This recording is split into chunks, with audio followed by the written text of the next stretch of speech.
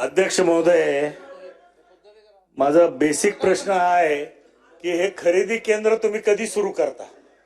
पीक ज्या वेळेस येतं, सोयाबीनचं मी उदाहरण देईन, बाजारामध्ये 3100 पासून ते 3700 पर्यंत सोयाबीन माझ्या मतदारसंघामध्ये माजलगावचं उदाहरण देईल, 67,000 क्विंटल म्हणजे खासगी व्यापाऱ्यांनी त्या ठिकाणी खरेदी केलं.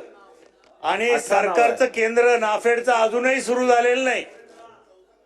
जबाबदारीनं सांगतोय मी, सोयाबीनचं केंद्र माजलगावला सुरू झालेलं नाही.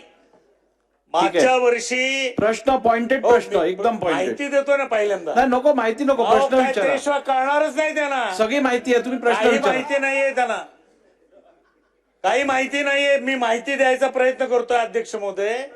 मागच्या वर्षी खाजगीनं 3,30,000 क्विंटल खाजगीमध्ये व्यापाऱ्यांनी खरेदी केलं आणि नाफेडनी फक्त 17,000 क्विंटल खरेदी केलं.